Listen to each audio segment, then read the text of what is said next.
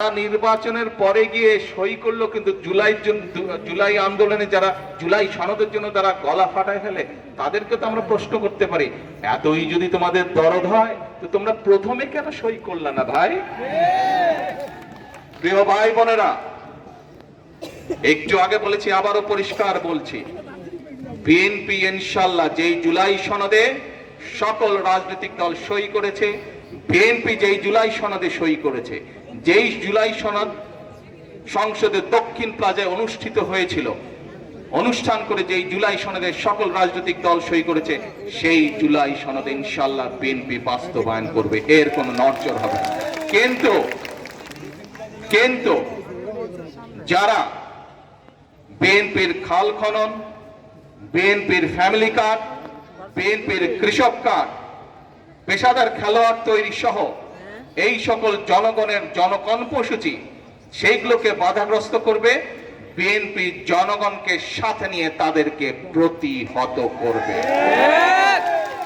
কাজে আসুন, আজকে আমাদেরকে সজাগ থাকতে হবে, আজকে আমাদেরকে সতর্ক থাকতে হবে। কারা স্বৈরাচারের ভূত কাদের উপরে আবার ধীরে ধীরে আসর করছে, কারা আবার দেশে অরাজকতা তৈরি করতে চাচ্ছে। 2 দিন আগে আপনারা দেখেছেন, আমরা সমগ্র দেশের মানুষ দেখলো, বাংলাদেশের 2টি জায়গায়, এক শেরপুর, 2 বগুড়ার একটি আসনে উপনির্বাচন হয়েছে। হ্যাঁ, হয়তোবা অবাঞ্ছিতভাবে 2-1টি ছোটখাটো ঘটনা ঘটেছে। আমি 2 দিন আগে নির্বাচন হবার পরে বাংলাদেশের সকল পত্রিকাগুলো ঘাটাঘাটি করলাম।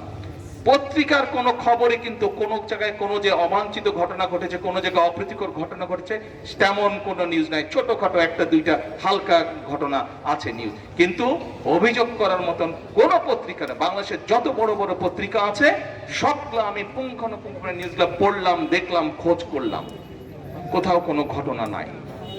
যেখানে নির্বাচন, উপনির্বাচন হয়েছে, সেখানের মানুষ শান্তিতে আছে, সেখানে পরিস্থিতি ঠান্ডা। কিন্তু পরিস্থিতি গরম কোথায়?